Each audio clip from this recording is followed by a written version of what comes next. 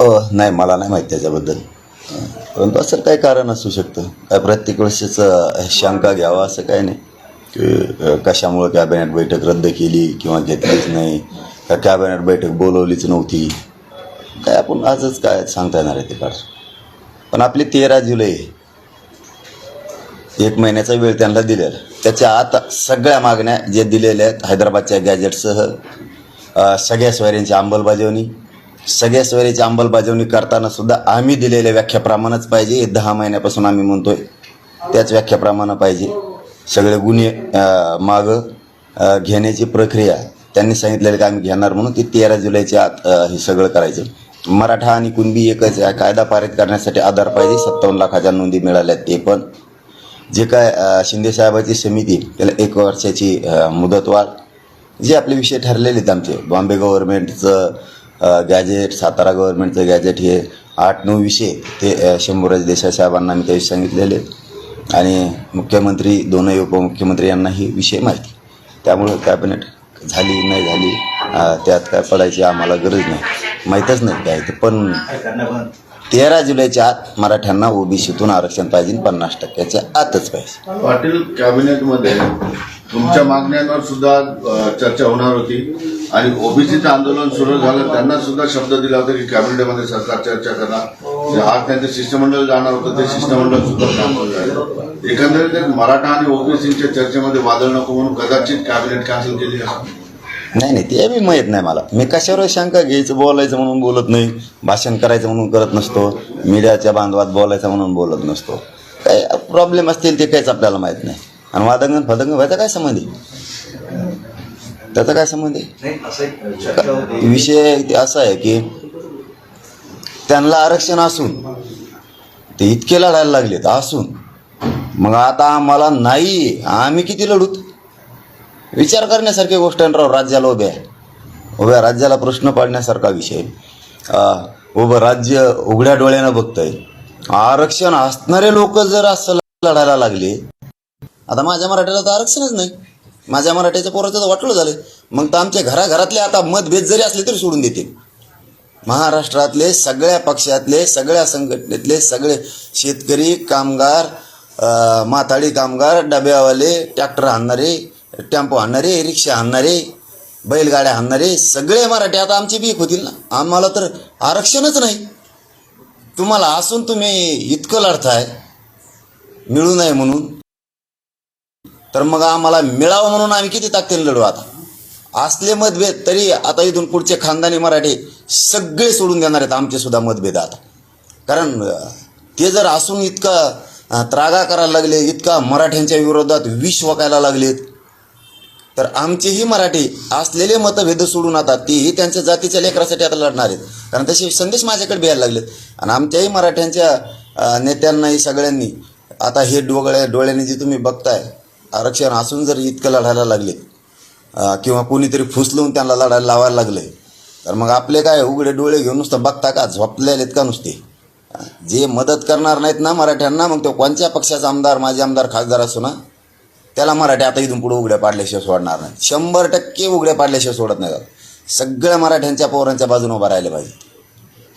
पंकजा मुंडे आणि धनंजय मुंडे पण तिथे गेले होते. त्यांनी पण असं म्हटलं की जर ओबीसी मधनं आरक्षण देणार नाही असं सरकार म्हणते, तर किमान या समाजाला ते सांगावं, समजावून सांगावं, गैरसमज दूर होतील. म्हणजे थेट ओबीसी आरक्षणाच्या बाजूने ते उतरले थोडक्यात. ते काय आज थोडेच आहेत, ते काय सांगायची गोष्ट पहिल्यापासूनच. त्यावेळेस आंध्रातून काही ते काय ते सांगण्यासारखा विषय नाही. समजा नाराज होण्यासारखा बी आमचा काही विषय नाही की का गेले अन्नदान अधिकारी गेले, तुमचं म्हणणं आहे त्यांचं ओबीसी आरक्षणाला विरोधी, तर ते आज थोडा आहे, सगळ्या महाराष्ट्रालाच माहिती. पाटील, वडीलगोदरीला मागच्या 2 दिवसापासून आता नेत्यांची गर्दी व्हायला लागली. आता ओबीसी एक होतोय सगळं. आम्हाला काहीच वाटत नाही त्याच्यात काय वागू केव्हाही एक नाही. आज तुम्ही ते विषय घ्यायला लागलात. आम्ही उपोषणाला शांततेत बसलो तेव्हा ते मोर्चे काढीत होते, एवढं सगळ्या महाराष्ट्रात सभा घेत होतं. त्याचं काय असतंय, आम्हाला काय वाटत नाही ते. मी तेच सांगितलं ना आता तुम्हाला, त्यांना असून जर ते इतकं लढायला लागलेत विनाकारण, आमचं आणि त्यांचं काय नसून आमच्या विरोधात ते इतकं हरडायला लागलेत, तर मग आता आम्हाला नाही म्हणल्यावर आमचेही मराठी जागे झाले ना आता घराघरातले.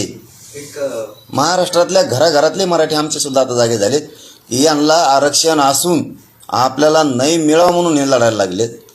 तर मग आपण आपल्या पोरांसाठी मराठ्यांनी सुद्धा आता किती लढलं पाहिजे ताकदीनं. आपल्याला तर नाहीच आहे असं आता मराठ्यात चर्चा सुरू झाली की आपल्याला आरक्षण नाही. आपण तर आता जीवाची भाजी लावून लढलं पाहिजे. मला लय बेनिफिट झाला उलट. आता नसलेला मराठा राज्यातला एक बाजू झाला आता. म्हणजे कोणत्या पक्षात काय होता इकडं काय होता तर त्यांचे आता फोन येतात किंवा इकडून तिकडून निरोप यायला लागलेत की पाटील त्यांना आरक्षण असून ते जर इतकं लढायला लागलेत आपण त्यांचं काही केलेलं नसून दुश्मनीसारखं वागायला लागलेत. मग त्यांना असून जर ते इतके ताकदीने लढायला लागलेत तर आपल्याला नाहीच आहे. मग आता आपण किती ताकदीने लढलं पाहिजे. म्हणजे आता आमचे चौपटीनं उलट लोक एकत्र झाले. म्हणजे मराठा आंदोलन आक्रमक होणार आता पहिल्यापासूनच आहे. आणि जास्त त्यांच्यामुळं नाही. त्यांच्यामुळं आम्ही आमचं आंदोलन आक्रमक करणार नाहीत. त्यांच्यामुळं मोठं करणार नाहीत लहानं करणार नाहीत. त्याच्यापेक्षा 1000 पटीनं जरी एकत्र राहिले तरी आरक्षण मराठी ओबीसीतूनच घेणार. त्याला धरून प्रश्न आहे की कालच छगन भुजबळ म्हटले की ओबीसीतून आरक्षणाला विरोध माझा आधी पण होता आणि पुढेही राहील. म्हणजे ओबीसीतून आरक्षण देण्यासाठी भुजबळ आणि ओबीसी तुम्हाला विरोधात आहेत आणि त्याची पुनरावृत्ती काल पुन्हा केली. आणि गरज पडल्यास मी आंदोलनात उतरलो. ते कवा नव्हता उतरायला.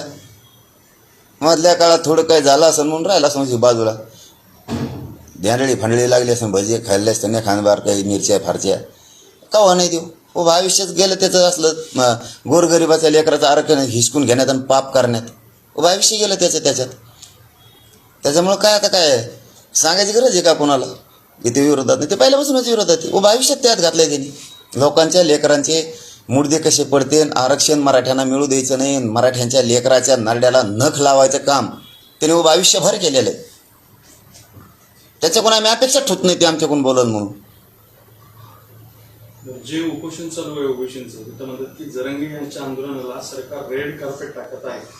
मराठा समाज ओबीसी मध्ये आलेला आहे 80% असं जरंगे पाटील सांगतात. त्यामुळे आम्हाला धक्का लागतात आणि त्यांच्या आंदोलनाला रेड कार्पेट आणि आमच्याकडे दुर्लक्ष असा आरोप आहे. नाही असं कुठं असतं. येते तर तुम्ही खरंच बसा ना यांनी काय म्हणते त्याला अस्तित्वाचं असल्यासारखं बसा. विरोध करायचा म्हणून बसणार मनात काहीतरी वेगळं ठेवून बसणार. आमचाच विरोध नाही तुम्हाला त्याच आंदोलनाला. तुमचा लाड सरकारने जास्त केला ते सांगतोय ना मग. काय बघा ना तेच म्हणतोय ना मी. काहीतरी दुःख असतं आम्हाला दुःख आहे म्हणून 4 जण जास्त येऊन प्रश्न सोडायचं बघतात. तुम्हाला आहे ना समजा तुमच्या विहिरीत पाणी आहे तरी दुसऱ्याची विहिरीत मोठी टाकून राहील तुम्ही. तुम्हाला आहे ना त्याच्यामुळं त्याला शिरेश वाटत नाही. कारण त्यांच्याही समाजाला वाटतंय. खरं सांगतो हो पटवून घेत जा. त्यांच्याही समाजाला वाटतं आपल्याला आहे ना कशाला मराठ्याला विरोध करायचा उगाच. त्याचं ऐकून आपल्याला धक्का लागत नाही काही नाही. गोरगरीब मराठ्याचे लेकरं आरक्षणात आले पाहिजे. त्या ओबीसी बांधवाला वाटतं गावखेड्यातल्या धनगर बांधवालाही वाटतं गोरगरीब मराठ्याच्या पोराला आरक्षण मिळालं पाहिजे. हे आपले कशाला विरोध करतात उगाच. हे गाड्या घोड्या भरून आणतात म्हणजे हे राजकीय लोक आणतात. हे राजकीय लोकांचा स्टंट आहे तो. आणि आमचा विरोध नाही हो त्यांना. मी म्हणतो त्यांनी तिथं काय ठेवलं आणि वर स्लॅपवर जरी ठेवलं आम्हाला नाही अडचण. आम्ही खुनशीपणानं बदला घ्यायचा म्हणून आंदोलन करत नसतो. आम्ही आंदोलन न्याय मिळावा म्हणून करीत असतो. विरोध करायचा कोणाची तरी दुश्मनी कोणाचं तरी ऐकून अंगावर घ्यायची म्हणून आंदोलन करणारे आम्ही नाही. काही मिळावं राजकीय फायदा व्हावा म्हणून आंदोलन करणारे आम्ही नाही आहेत. तुम्ही खुनशीपणानं करताय. तुमच्या लेकराला आहे ना राव आरक्षण मिळून द्या ना आमच्या लेकराला. हे असं कुठं असतं का तुमच्याकडे कोणत्या मंत्र्यांनी यावं नाही यावं याचा मालक मी थोडाच आहे. मी थोडाच राष्ट्रपती आहे म्हणून जा रे तिकडे 5-25 जण या जरा थोडं एक फेरफाटका आणून मी काय माझ्या काय हातात आहे का काय. बरं तिथं 100 मंत्री आले मला काय दुःख आहे बा. ज्याला दुःख कोणाला असतं ज्याला आपण विरोधक मानलंय त्याला आम्ही त्याला विरोधकच मानलंच नाही आणि मानणार बी नाही. विरोधक कोण आहे आता सगळं महाराष्ट्रालाच माहिती आहे ना. ओबीसीचा मराठ्यांचा वाटोळा करणारा कोण. लय पाप डोक्यावर घेतलेलं त्यांनी. ओबीसीचं सुद्धा गोरगरिबाचं 12 बलुतेदारांचं मराठ्यांचं सुद्धा लय. आणि आता धनगर बांधव सुद्धा त्यांनीच घेतलेले. हा धनगर बांधवांचा इतका वापर केला त्यांनी मागं सभा घेऊ तेवढ्या सभा बरं का जाहीरपणानं सांगतोय मी तेवढ्या सभा जर एसटी आरक्षण धनगरांना मिळावं म्हणून जर त्यांनी घेतल्या असत्या ना आता बहुत मिळाल्या असत्या. त्यांनी धनगराचा शब्द सुद्धा नाही काढला की धनगरांना एस टीमधून आरक्षण मिळावं. एक शब्द सुद्धा नाही काढा त्यांनी. म्हणजे त्यांच्या लेकरं सुद्धा बापडाकर घेतले. त्यांचे लेकरं धनगरांचे त्यांनी सभेला बोलवले, पण आरक्षणाचा विषय त्यांनी नाही मांडला. एवढं जर ते एस टी आरक्षणासाठी लढले तर मागच धनगर बांधवांना आरक्षण मिळालं असतं. पण एक महत्वाची मागणी बद्दल आता धनगर विचार सुरू झालेला समाजाचा आहे. घात हा धनगर समाजाच्या नेत्यांनी केला. नाही नाही असं नाही म्हणता येणार, असं नाही म्हणता येणार. परंतु धनगर बांधव एक खरंच लहान मोठा भाऊ प्रामाणिकपणाने बोलायचा. तुम्हाला आमिष रोष व्यक्त जर करायचा असेल तर मग त्याला आमचा नाविलाज आहे. पण एक प्रामाणिकपणाने जर बोलायचं असेल तर फक्त दुसऱ्या नेत्याचं ऐकून तुम्ही करू नका. धनगर बांधव ताकदवर आहे, धनगर बांधव गरिबीत खूप जगतोय. फक्त नेत्यांनी हे मनावर घ्यायला पाहिजे, आपल्या लेकराला आरक्षण मिळवून द्यायचं आणि एस टीतूनच द्यायचं. तुम्ही म्हणताय मराठे खांद्याला खांदा लावून उभा राहणार त्यांचे. तुम्ही म्हणताय की एनटी मध्ये आरक्षण द्या असं तसं. जरांगे यांना विजय म्हणजे कोण, एनटी म्हणजे कोण हे तुम्ही धनगरांबाबत बोलताना हे माहिती तरी आहे का? खोडा आणि जोडा ही जरांगे यांची राजनीती आहे. जाऊन दे त्याला, बसा म्हणा कवर. 54 लाख नोंदी ज्या सापडल्या आहेत त्यामुळं ओबीसीला धक्का त्यांना असणार नाही त्यांना हे माही आम्हाला सांगा. त्यांना माही भाषाच कळणार नाही. मी त्यांच्या लेकराच्या बाजूने बोलतोय धनगराच्या, आणि ते मला विजयन एनटीन हे शिकवायला लागले. काय प्राथमिक शाळेत काय शिक्षक झाले का तुम्ही? बोर्ड घेतला आणि फळा घेतला आणि लागले लिहायला खडून दिलं की. मी बोलतोय धनगराच्या लेकराच्या बाजूनं. ते चांगले व्हावे, ते मोठे व्हावे, त्याच्यासाठी ताकद लावा. आणि कुंकडं बरळत असली तर तुमचा उद्योग तुम्ही बघू आम्ही आमचा. महत्वाचा विषय आहे जात भुजबळांना गणनेचा. टार्गेट करून धनगरांना भाऊ म्हणायचं असा सगळा हा खेळ सुरू आहे. आता हे कोण म्हणतंय? तेच अच्छा, म्हणजे शेवटी आणखीन त्याचीच माय आहे. भुजबळांना टार्गेट करून धनगरांना भाऊ म्हणताय असं राजकारण सुरू आहे. तुम्हाला काय करायचं? मी त्याला टार्गेट करीन नाही तर काही करीन. तुमचं नामचं काही आहे का?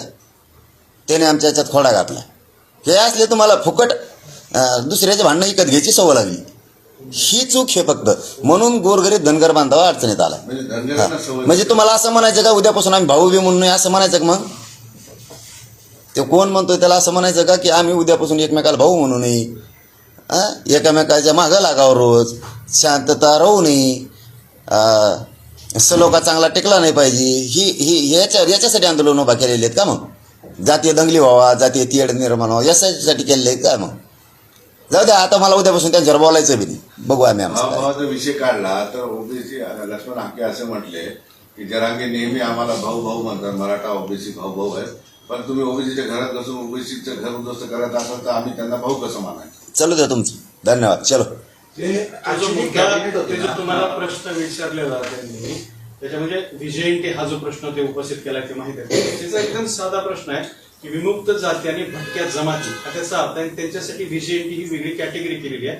आणि धनगर समाज जो आहे तो भटका आहे, मेंढ्या वगैरे घेऊन फिरतो, त्यामुळे त्याला त्या विजयंतीमध्ये टाकलेला आहे. असा इतका साधा प्रश्न आहे तो. ते सांगितलं मी त्यांना, पण ते म्हणजे अर्थ काय तर मला काय घेणं देणं नाही. जाऊ दे, मला त्या विषयात बोलायचंच नाही आता. आता माझ्या लक्षात आलं त्यांची भावना काय आहे काय नाही लक्षात आलं. आम्ही किती तळमळीनं बोलतोय. आम्ही काय त्यांचा फायदा घ्यायला बोलतो का? बरं, एक साधंच उदाहरण देतो. इथून पुढे ही विषयच बंद करतो. मला जर तुम्ही ते तसले प्रश्न विचारायला लागले, मग आता एनटी विजयंती म्हणजे काय सांग. 10 महिने झालं मी धनगराला आरक्षण देईन म्हणतोय, किमान देईन तरी म्हणतोय, तरी एकही धनगर बांधव आत्मा आमच्या बाजूने नाही. एकही राज्यातला असा कोणचा अंदाज बोलून जर आपल्या बाजूने येत नसेल तर किंवा म्हणून जाऊ तिकडे ते येतच नाही तर काय बोलायचं त्यांच्या बाजूनी. तुमच्यापासून जर आम्हाला काही फायदाच नसेल, आम्ही काय बोलावं तुमच्याकडून? तरीही मी रोज बोलतो की धनगराला आणि मुस्लिमांना आरक्षण आमचा प्रश्न मिटल्याच्या नंतर सरकार कसं देत नाही ते मी बघतो. अंगावर घ्यायचं ठरवलंय. आणि तुम्ही योगा कोणा तरी ऐकून असले प्रश्न विचारणार, जस काय आम्ही दाटोमुटी म्हणतो अशी भाषा लोकांना हे भासवायचा प्रयत्न करणार आणि तुमच्याच पोरायचं तुम्हीच वाटोळं करणार, खोटं आमच्या विरोधात लढणार. आणि आम्हाला तुमच्या बाजूने बोलत असून बी जो तुमचा खरा शत्रू आहे त्यो, त्यांनी खाऊ दिलं नाही, त्यांनी तुम्हाला राजकीय आरक्षण घेऊ दिलं नाही, त्यांनी महामंडळ खाऊ दिले नाही, त्यांच्याशी तुम्हीही करताय. आणि इथं आम्ही तुमच्याकडून बोलतो, तुम्ही आम्हाला असं बोलताय. म्हणजे ते झालं ते बळच, आम्हाला चिटकतू बळच चिटकतू असं झालंय. आमच्या महामंडळातून तुम्ही फायली घेतात तरी आम्ही तुम्हाला काही म्हणत नाही. इतके आम्ही मोठ्या मनाचे लोक आहेत. नाही, पण काय झालं पाहिजे सरळ सरळ आता हे आंदोलन आणि तुमचं आंदोलन ओबीसी विरुद्ध मराठा हा वाद आता खूप जास्त हॉट म्हणजे गरम व्हायला लागला. करायचं आहे त्यांना. वाद नाही फाद नाही, खेड्यापाड्यात काय नाही काय नाही केलं. हे राजकीय लोक करायला लागले ते ओबीसीचे धनगर बांधवांचे आडून त्यांना आरक्षण आहे, त्यांनी त्यांच्या एसटीसाठी लढावं, त्यांना त्यांच्या लेकराचं कल्याण होईल यांचं ऐकून लढायला जातात. काही होणार नाही. मी ओबीसीतून घेतल्याशिवाय थांबत नाही. बाकीचं मला इथून पुढं माहीत नाही. जातीनुसार गणनेचा विषय आहे. आता पुन्हा बंद पडला होता, पुन्हा वर येतोय. काल छगन भुजबळांनी सुद्धा जातगणना झाली तर सगळ्या गोष्टी क्लिअर होतील असं त्यांचं म्हणणं. ते असं चुकरून आणतं व रोज संध्याकाळी काय लिहिते का काय कानू रोज सकाळी वेगळं चुकरून आणतं ते आणि यांच्या पुढं ठेवून देतं आणि ते तिकडं बसतं. रोज येतं आणि या आमच्या गोरगरीब ओबीसी जनतेसमोर ठेवतंय आणि कुंकट जातं काय परत मिळायला लागत नाही. त्याचा परत 2-4 दिवसांनी एखादा प्रश्न करून आणतं, टाकून देतं, इकडं लगेच सुरू होतं. असं ते असे उकंडे उकरास सवय लागली याच्यावर. नुसतं उकांड्यात लोळाल्यासारखा खेळ आहे त्याचा. हा ते पण जात गणनेच्या बाजूने की विरोधात आहे तुम्ही? करणार. तुला काय करायचं ते विरोधात नाही, मी बाजूनी नेतो आहे. तुला काय करायचं ते कर. तू एखादं रजिस्टर घेऊन का तू कारण मोजी तर बसा ना रोज तिथे काय घेणं नाही मला. सरकार ओबीसी जास्त आहेत की मराठी जास्त आहेत? असून दे कुणी बी जास्त ओबीसीतून मराठी आरक्षण घेणार कुणी जास्त असून दे. ते त्यांनी तुम्हाला आणखी एक प्रश्न विचारला आहे. मला काय विचार तिकडे सरकारला विचार ना मला. जरांगे केवळ तरी पण ते विचार ते म्हणतात की जरांगे हे विचारवंत आहेत का, त्यांना काय कळतं, ते फक्त भुजबळांना टार्गेट आणि ओबीसी संपवण्याचा घाट घालताय ते. जाऊन तिकडे ते बुगाच बसले दिसते जाऊन दे. बरं, आंतरवालीत बैठका सुरू आहे की परत तुम्हाला हे करावं, हे आंदोलन संपवणे अशी गावकऱ्यांनी परत भूमिका घेतल्याचं पाहिजे. आंतरवालीत हलवूनच देत नाहीत लोक. चलो धन्यवाद. ते तुमचा मृत्यू झाला आहे असं छान व्हायरल झालेलं आहे खूप आणि पोलिसांनी गुन्हाही दाखल केलाय बघा. नाही आता काय ते कोण करतंय आता हे असलं काय काय हेतू आहे? ते आता काय असतं काही सगळे चिंतक असते. त्याला काय कोणी मला मारून टाकीन म्हणतंय, कोणी म्हणतंय त्याला गोळ्या घालीन, कोणी काय लिहितंय. मागं तर असं लिहिलं होतं याला मारून टाकू, याला असं करू, कथा टॅस सापडून दे, कोणी काही सोशल मीडियावरती करत होतं. पण सरकार पोलीस मराठ्यांच्या सुद्धा विरोधात असल्यासारखा वागतो. त्यांच्या हातात असल्यामुळे ते लक्ष देत नाहीत ना अशा गोष्टीला. अशा गोष्टीला नाही. सरकारलाही वाटत असेल किंवा पोलिसांनाही वाटत असेल घातपात झाला पाहिजे. दुसऱ्याचं उलशीत काय झालं की लगेच ॲक्शन घेतात पोलिस, सरकारसुद्धा, गृहमंत्रीसुद्धा ताबडतोब ॲक्शन घ्यायला लावतात लगेच एसपींना त्यांना की इथं इथं पोस्ट पडली, कारवाई करा, अमकं करा, तमकं करा, संरक्षण पुरवा, सगळं करतं. इथं आम्हाला मेलेलं दाखवून द्या, मराठ्याला जिवंत दाखवू द्या, आम्हाला कोणी मारून टाकू द्या म्हणू द्या. आमच्याकडं काय ध्यान नाही, त्यांना ध्यान द्यायला वेळच नाही. मराठ्याचं वाटोळं झालं पाहिजे. आरक्षणात ध्यान देत नाहीत, मराठ्याला धमक्या दिलेल्या त्याच्यात ध्यान देत नाहीत. पण मी नाही भेट, फक्त तू ये मला समोर, मग सांगतो तुला काच का. ओबीसी एक नसल्यामुळे जरांगेंचं धावत आहे. आता मी काय करू मग. तुम्हाला लोकांचे उकंडे उकरायचे, तुम्हाला लोकांचे कामं करायचे, तुम्हाला आरक्षण असून तुम्हाला मराठ्याच्या विरोधात लढायचं नाही पटत ओबीसींना. ते सामान्य ओबीसींना वाटतं गोरगरीब मराठ्याच्या पोराला आरक्षण मिळालं पाहिजे, कशाला विरोध करायचा. दुसरं एक वाटतं ओबीसींना आणखीन गावखेड्यातलं आपल्याला आहे ना आरक्षण, कशाला विरोध करता त्यांना, त्यांचं हक्काचं आहे ते. ओबीसी काय म्हणतोय सध्या गावखेड्यातला, त्यांच्या जर नोंदी सापड्या असल्या तर त्यांना दिलं पाहिजे. आपल्या लोकांनी त्यांना विरोध केला नाही पाहिजे. हां, त्यांचं जर काही नसेल तर ठीक आहे, त्यांच्या नोंदी आहे. म्हणजे उदाहरणार्थ त्यांचा जमिनीचा 7 आहे तरी तुम्ही म्हणता त्यांना देऊ नका. हे सामान्य ओबीसीला नाही पटत. नेत्यांना पटतंय विरोध करायला, त्यांना नाही पटत. असा कोणीच नाही राव या देशावर, या महाराष्ट्रात, या प्रतित्वालावर की एखाद्याची वशिला काय म्हणते त्याला पुरावा आहे तरी देऊ नका म्हणल्यावर त्याच्या बाजून लोक होतील, देणारच नाहीत. एखाद्या रस्त्यात एखाद्याला चापट मारली तर आजूबाजूच्या म्हणणारच तो का मारली. तसं आमचं असून जर तुम्ही म्हणताय देऊ नका, ओबीसी बांधवाला कसं पटेल ते. त्यांना वाटतं ना हो ना गोरगरीब मराठ्याच्या लेकराचं कल्याण, कारण त्यांचं आरक्षण आहे. आणि हे म्हणतात नका देऊ, उघड उघड भूमिका आहे ना. आम्ही कोणचं आरक्षण मागतोय, हे एनटी व्हिजेंटीमध्ये आंदोलनं कोण करतंय, सभेला लोक कोणाचे, विरोध करणारा घरी झोपवतो. लोकांना काय पटत नाही का तेव्हा राजकारणी माणूस आहे. धनगर बांधवांचा सगळ्यात जास्त फायदा अशा माध्यमातून छगन भुजबळ उचलितो आणि तो मोठा व्हायला लागला आणि तो धनगर बांधवाच्या आरक्षणाचा विषय घेत नाही. धनगरांचे पोरांचं करोडो पोरांचं वाटलं व्हायला लागलं फक्त त्याच्यामुळं. कारण त्यांचे लढणारे लोक त्याच्या नादी लागून वेगळं आंदोलन लढतात आणि धनगर बांधवांचं म्हणणं आहे आपल्याला एसटीतून मिळालं पाहिजे. यांनी तिकडे ताकद जर वापरली एसटीतून आरक्षण मिळवायला तर राज्यातला करोडो मराठा त्यांना ताकद देऊन ते घेऊ लागल.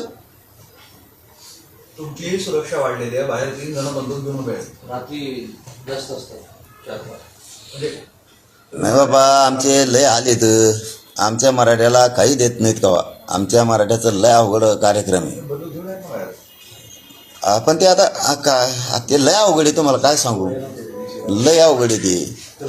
बरं, आणखी एक मुद्दा आहे. बाळासाहेब दोडतले नावाचे एक व्यक्ती आहेत जे यशवंत सेनेचे प्रमुख आहेत आणि त्यांनी येत्या पावसाळी अधिवेशनाच्या तारखेला अहिल्यादेवी होळकर यांच्या जन्मस्थळी चौंडी येतं धनगर समाजाचा मला फक्त एकच सांगायचं की धनगर मी समाजाचा फक्त एसटी समावेश करून उपोषण करणार आहेत ते. माझं फक्त एकच म्हणणं आहे, आता इथून पुढं मी जाऊ दे तिकडे. ते कोणाला किती समजून सांगितले काय उपयोग होत नाही. आपली शक्ती वायाला आपली घालू नाही.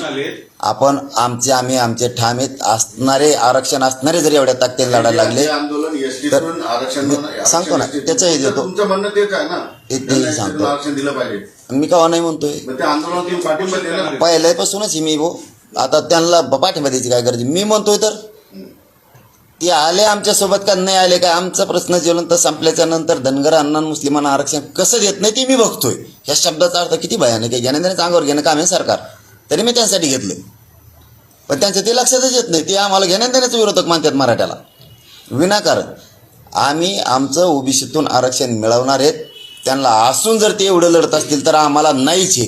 आम्ही किती ताकदीने हा लढा लढतो आता पुढच्या काळात तुम्ही बघा. आणि सगळ्या पक्षातले मराठे सुद्धा सावध व्हा. नका लेकराच्या नाड्या नकलव स्वतःच्या. व्हा सावध. मतभेद असते सोडून देत जा. एका बाजून उघड्या डोळ्याने बघा किती विरोध असून करतायत. तर आपल्याला तर लगेचच नाही आहे. आपल्या लेकराला काय फाश्या घ्यायला लावता का? शिक्षणात पोरं पुढं जायनात, नोकऱ्यात जायनात, पोरं सुशिक्षित बेकार करोड पडायला लागलेत. आपल्या बापाने कष्ट केलेत, काबड कष्ट. कुणी नोकऱ्या करतंय, कुणी व्यवसाय करतंय, पण मुलं शिकवतंय, कुणी शेतीत आहे, कुणी ऊस तोडीत आहे, कुणी हमाल्या करतंय, कुणी टेम्पो चालित आहे, कुणी ट्रॅक्टर चालित आहेत. हे पोरं मोठे झाले पाहिजेत. असून जर एवढे येतात तर आपण नसून किती ताकदीने नावलं पाहिजे. जरा या मराठे सगळे भानावर मागं पुढं याच्या त्याचा राजकीय पिशा घेऊन पळणारे जरा सावध व्हा. जर तुम्ही आम्हाला आता साथ न दिलं ना, तुम्हाला राजकारणात आम्ही कुठं साथ देणार नाहीत. विधानसभेला तर एकाला साथ देणार नाहीत आम्ही. मग भाजपचा मराठा असो, राष्ट्रवादीचा असो, काँग्रेसचा असो, शिवसेनेचा असो, कोणाचा असो. हे मराठे जर आता या आंदोलनात आमच्या पाठीशी नाही राहिले गोरगरीब मराठीच्या, तर विधानसभेला एकाही आमदाराला, माझ्या आमदाराला, खासदार इथून पुढे मदती करणार नाहीत आमचे सुद्धा लोक.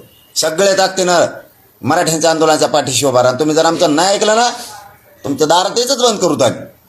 बरं, आता अधिवेशन आहे. मराठा आमदारांनी काय केलं पाहिजे, काय तुमचं भूमिका आहे? मराठ्यांना ओबीसीतून आरक्षण मिळण्यासाठी सगळ्यांना ताकदीनं उभा राहायला पाहिजे, सगळ्या आमदारांना. कारण ओबीसी आमदार असला तरी ते बी मतदान घेतो आम्ही, करतो त्यांना. ते पडतील किंवा निवडून येतील त्याला आम्ही काय करावं. पण मतदान केलं ना आम्ही, तुम्ही पळलात पण आम्ही मतदान नाही केलं. तुम्हाला काही निवडून आलात तरी आम्ही मतदान करतो सगळ्या मराठ्यांनी. आणि इकडे दादा, इकडे पण लोक येतात ना, इकडं पण आमदार, माझे आमदार, मराठ्यांचे खासदार, माझे खासदार यायला लागले.